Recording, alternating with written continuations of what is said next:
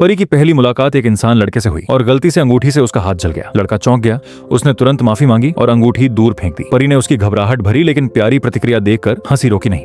इसके बाद उसने लड़के को अपने पंख छूने दिए। तब से दोनों अक्सर जादुई जंगल में साथ खेलते थे। उन्हें पता भी नहीं चला कि दिन बीतते गए और उनकी दोस्ती धीरे धीरे बदल गई। लड़के ने परी को एक हार दिया और परी को उस इंसान लड़के से पूरी तरह प्यार हो गया। परी के 16वें जन्मदिन पर लड़के ने उसे चुंबन दिया और उसे सच्चे प्यार का चुंबन कहा। लेकिन किसने सोचा होगा कि अचानक लड़का कई सालों के लिए गायब हो गया और फिर कभी नहीं मिला। मारिन फियसेन अक्सर जंगल में अकेले घूमती रहती थी और बार बार उनके साथ बिताए पलों को याद करती थी। फिर एक दिन बड़ा हो चुका लड़का अचानक लौट आया। इस अप्रत्याशित मिलन ने मारिन फियसेन की सारी नाराजगी को तुरंत दूर कर दिया। सालों तक अलग रहने के बाद दोनों रात में एक दूसरे के करीब आ गए। लेकिन अचानक लड़के ने उसे जहर की एक बोतल थमा दी। मारिन फियसेन ने उसे पी लिया और गहरी नींद में सो गई। उसके सो जाने के बाद लड़के ने एक खंजर निकाला और मारिन फियसेन के जागने का इंतजार करने लगा। जब वह जागा तो लड़का वहां से जा चुका था। उसने देखा कि उसके पंख काट दिए गए थे। अपनी गलती का एहसास होने पर मारिन फियसेन फूट फूट कर रोने लगा। विश्वासघात के दर्द से उसका दिल चकनाचूर हो गया था और उसकी चीखें जादुई जंगल में गूंज उठी। ये चीखें उस लड़के के कानों तक पहुंची जो ज्यादा दूर नहीं गया था।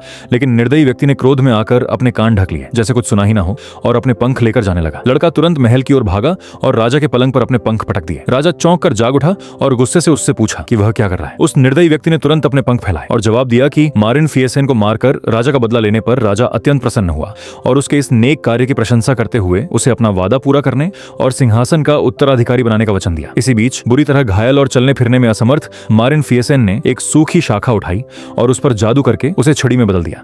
छड़ी के सहारे वह मुश्किल से चल पा रहा था। उस समय उसे समझ नहीं आ रहा था कि लड़के ने उसके साथ ऐसा क्यों किया। फिर मारिन फियसेन ने खुद को एक कमरे में बंद कर लिया, गहरे शोक में डूब गया और उससे बाहर निकलने में असमर्थ हो गया। कुछ समय बाद एक दिन उसने एक शिकारी को एक कौवे को पकड़ते हुए देखा और उस पर दया आ गई। कौवे को मनुष्य के रूप में देखकर शिकारी भयभीत हो गया और अपने कुत्तों के साथ घबरा कर भाग गया। मारिन फिर्थ के जीवन रक्षक अनुग्रह का बदला चुकाने के लिए कौवे ने उसका सेवक बनने की पेशकश की। मारिन फिर्थ ने उसे अपनी जगह महल में खुफिया जानकारी जुटाने के लिए उड़ने की अनुमति दी। कौवा आज्ञा मानकर महल में ठीक समय पर पहुंच गया और उसने उस विश्वासघाती व्यक्ति के राज्याभिषेक समारोह को देखा। अंततः राजा बनने का उसका लक्ष्य पूरा हो गया था। कौवे ने देर न करते हुए तुरंत वापस उड़कर मारिन फर्थ को सच्चाई बताई। सच्चाई का पता चलते ही मारिन फर्थ क्रोधित हो उठा। उसे लगा कि उसकी ईमानदारी व्यर्थ हो गई है और उसे विश्वास नहीं हो रहा था कि 10 वर्षों से अधिक का प्रेम इतनी आसानी से धोखा खा गया। हालांकि इसके बाद उसने अपने दिल पर मुहर लगा ली और सिंहासन के प्रति अपने प्रेम को दबा दिया। उसने बदला लेने की कसम खाई। मारिन फियसेन भी इसी समय से अंधकार की ओर मुड़ने लगा। उसने पूरे मूर फॉरेस्ट राज्य को अंधकार में डुबो दिया और निर्दयी और क्रूर बन गया। यूट्यूब पर ऐसी मूवीज कम लोग एक्सप्लेन करते हैं। नेक्स्ट पार्ट के लिए सब्सक्राइब कर लो।